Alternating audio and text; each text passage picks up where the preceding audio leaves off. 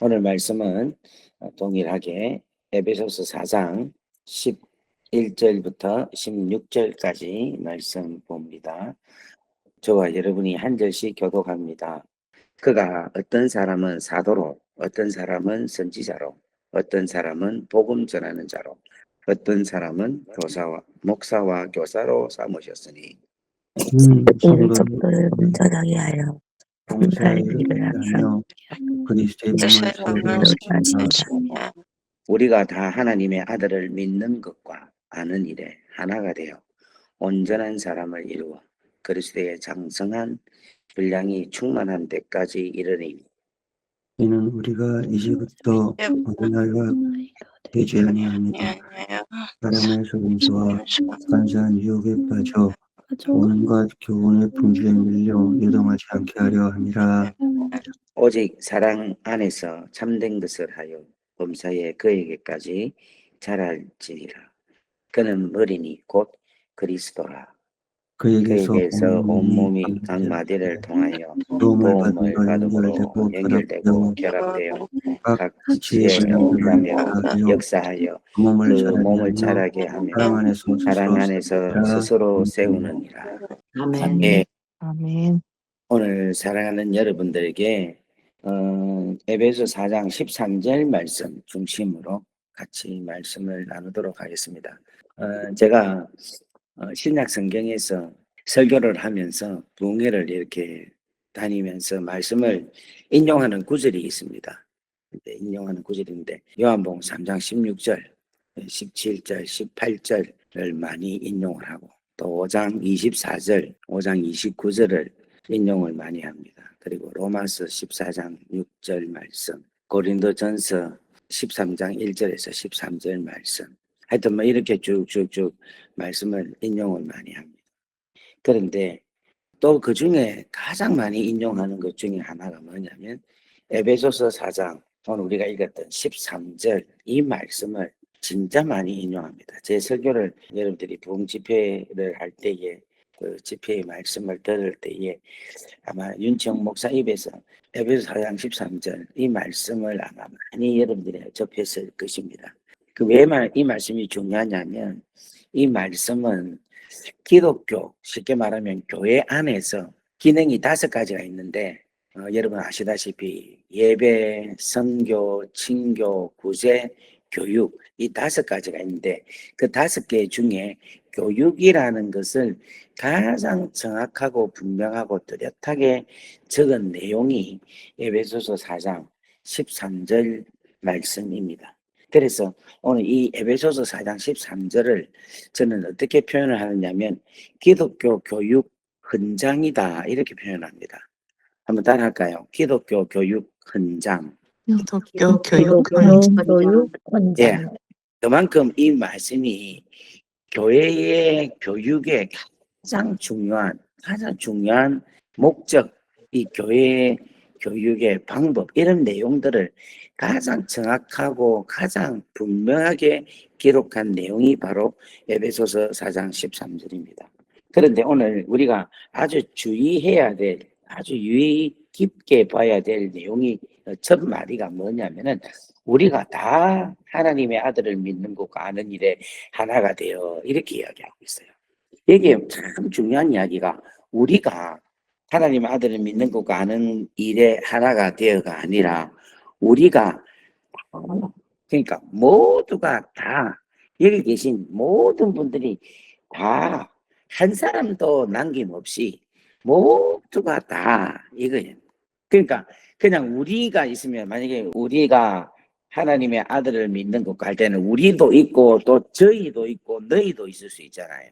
그런데 오늘 여기서는 우리가 다라는 것은 여기에는 저희도 너희도 없다라는 거예요.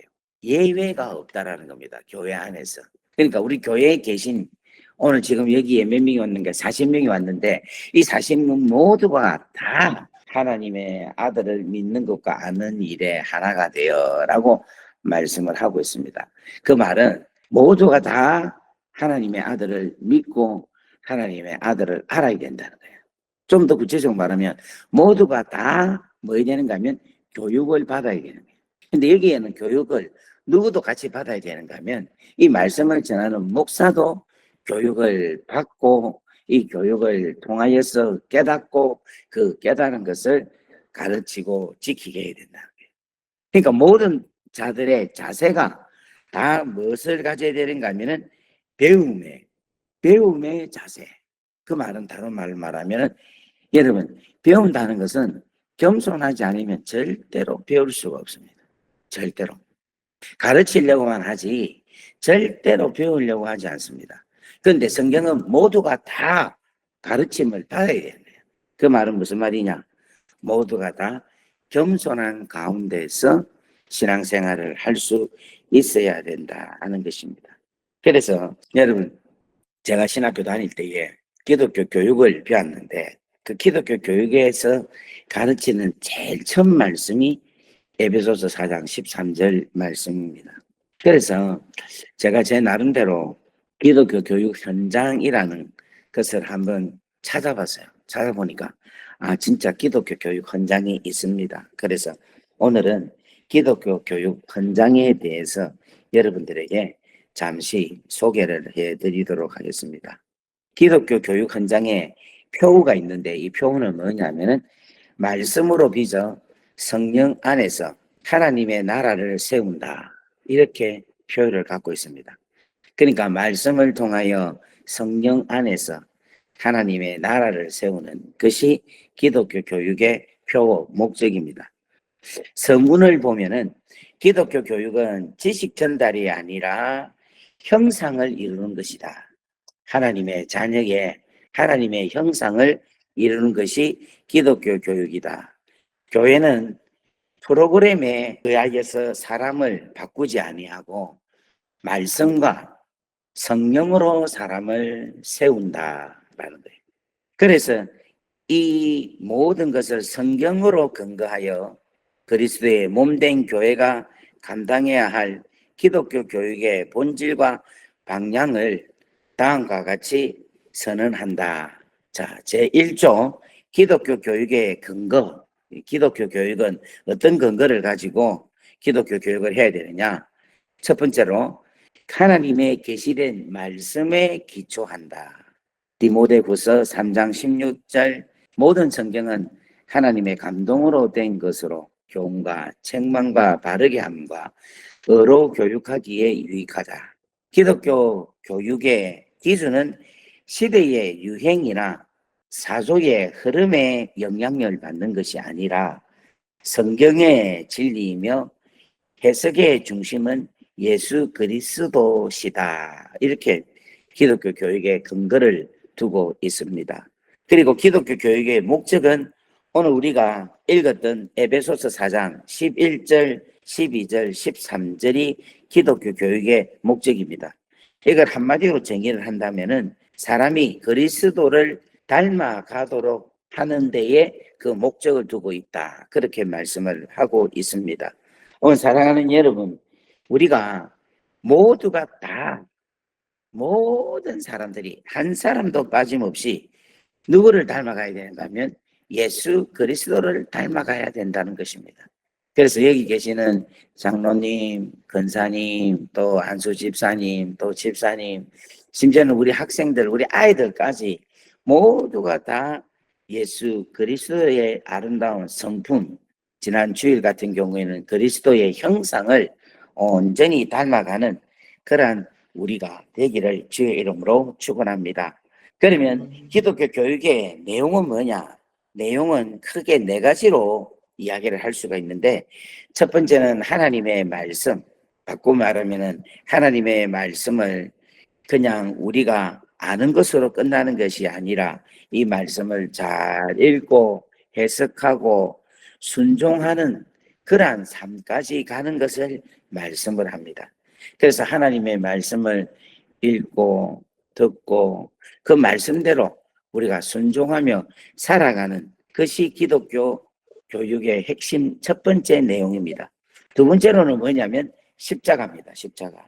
이 십자가는 뭘 이야기하고 있는가 하면 우리의 구원이 우리의 행위로 통하여 이루어지는 것이 아니라 십자가라는 전적인 하나님의 사랑의 선물, 그 은혜를 우리가 알고 그 십자가가 우리에게 준 귀한 정신, 그 십자가가 우리에게 가르쳐 주신 그 진리의 길을 따르게 하는 것이 바로 기독교 교육의 목적이라는 거예요.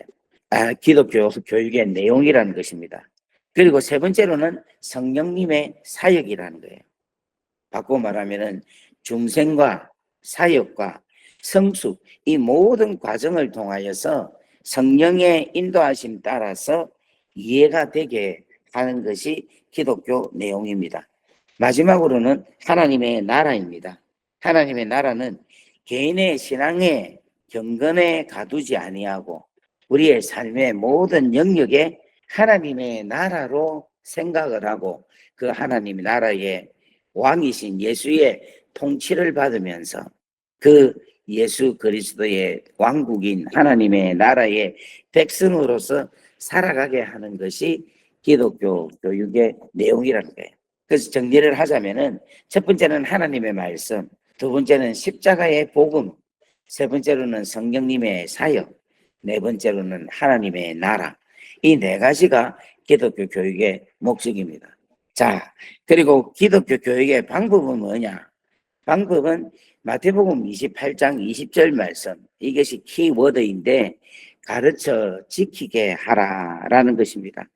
이 말은 단지 우리가 보통 일반적인 교육은 지식을 축적하고 지식을 날리지를 정보를 우리가 잘 알고 그것을 가지고 우리가 잘 사용을 하고 있잖아요. 그런데 기독교 교육은 그게 아니라 하나님의 말씀을 통하여서 우리의 삶이 변화되는 것을 이야기하고 있어요. 삶이 변화된다는 것은 표현이 아름다워진다는 거예요. 생각이 예수님처럼 되게 한다는 거예요. 삶의 행동의 모습이 주님과 같은 아름다운 모습으로 바뀌는 것을 이야기하고 있습니다. 그래서 여러분들 절대로 이 기독교 교육은 단 한 번만으로 끝나는 것이 아니라 계속해서 지속적으로 교육이 필요하고 지속적인 양육이 필요하다는 것입니다. 그래서 여러분 우리가 왜 예배를 계속 드려야 되고 왜 우리가 셀 모임을 계속 해야 되고 왜 우리가 중간중간마다 목사가 세미나나 성경 공부를 열어서 여러분들이 와서 계속해서 그 말씀을 듣고 말씀을 배워야 되느냐 하면은 자라나게 하기 위해서라는 거예요. 자라나기 위해서.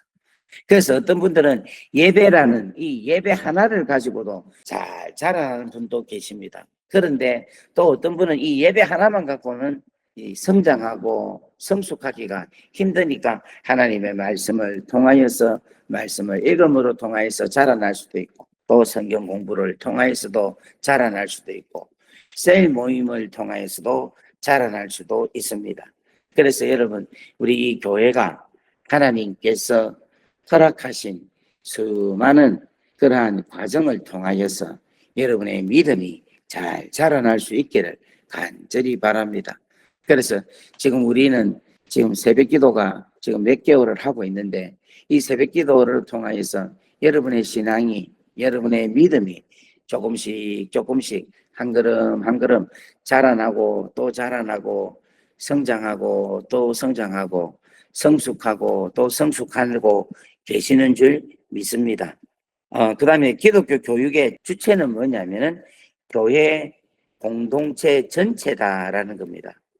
여러분 목회자와 교사는요 성도를 세우는 역할을 맡고 있고 성도는 사역의 주체로 부르심을 받는다. 그렇게 말씀을 분명히 에베소서 4장 12절에 말씀을 하고 있습니다.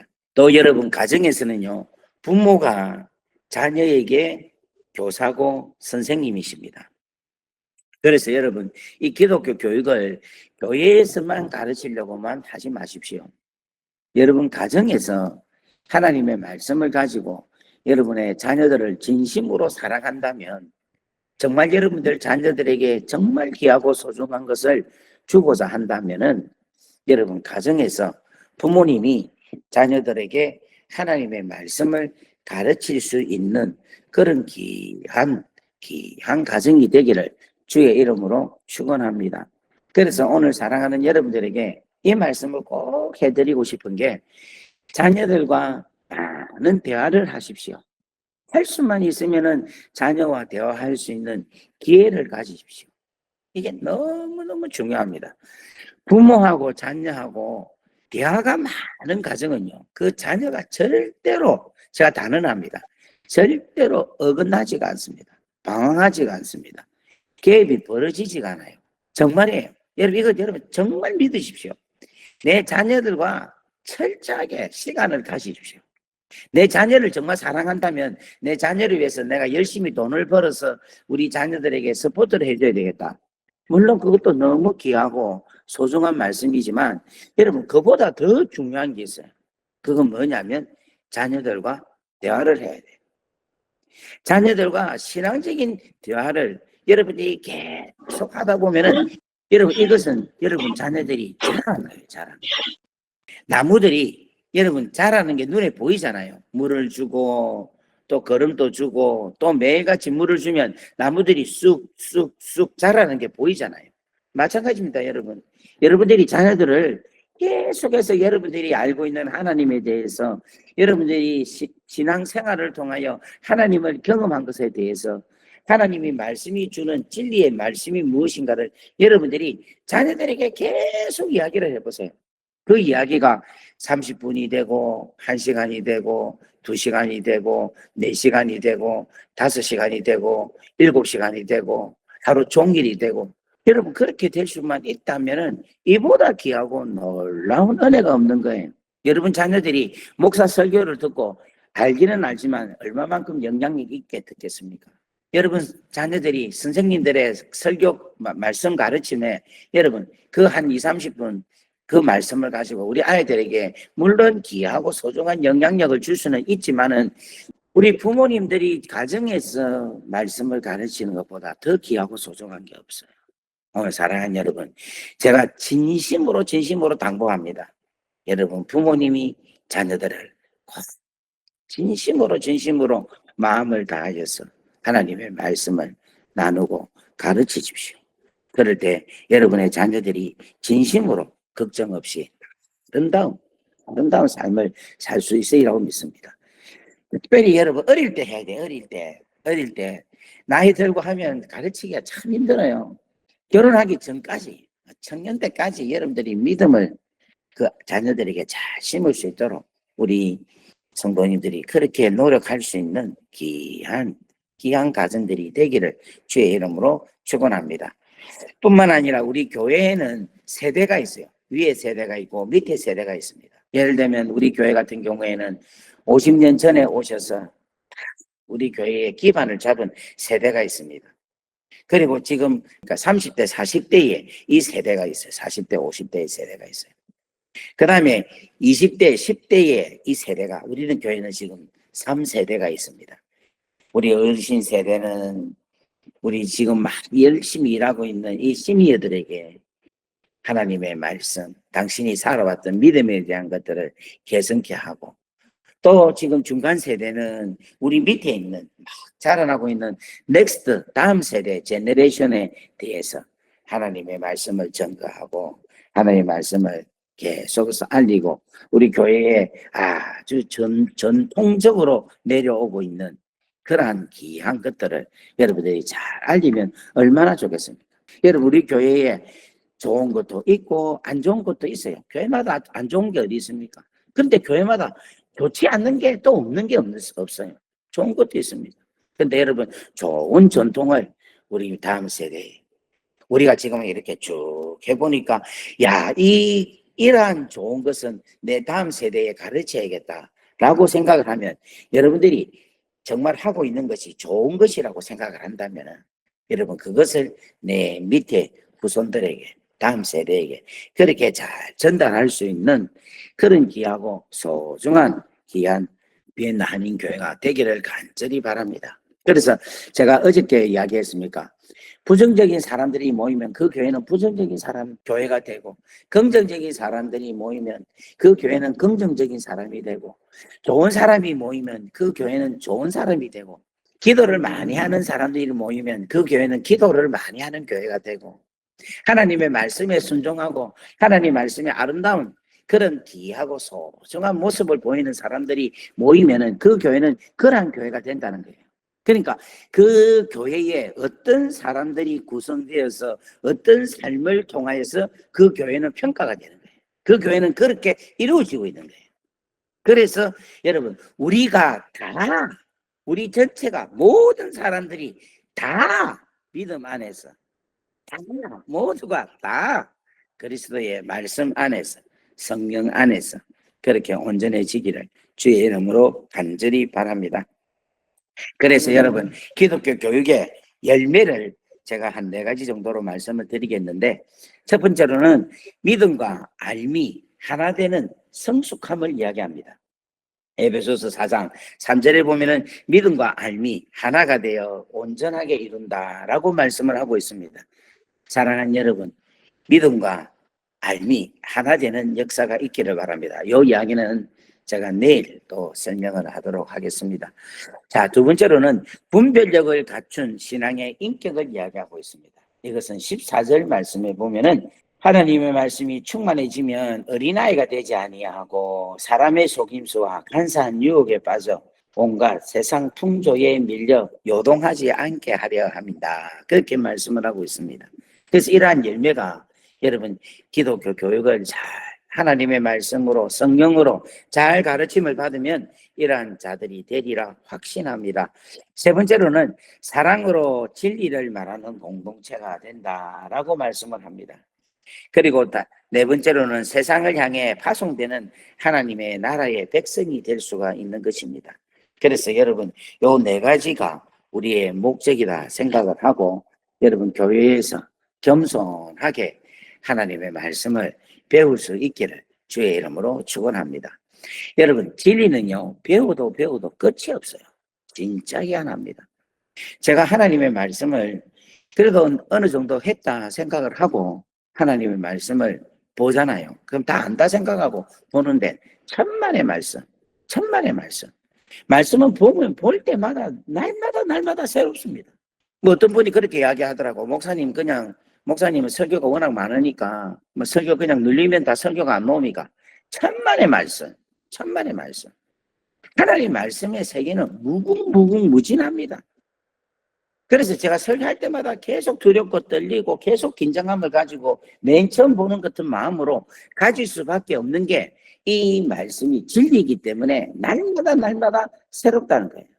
이스라엘 백성을 하나님께서 40년 동안 광야에서 날마다 내려주신 게 만나를 내려주셨어요. 근데 이 만나의 맛이 날마다 다르게 나타났다라고 말씀하고 있어요. 그래서 먹을 때마다 이게 뭐야?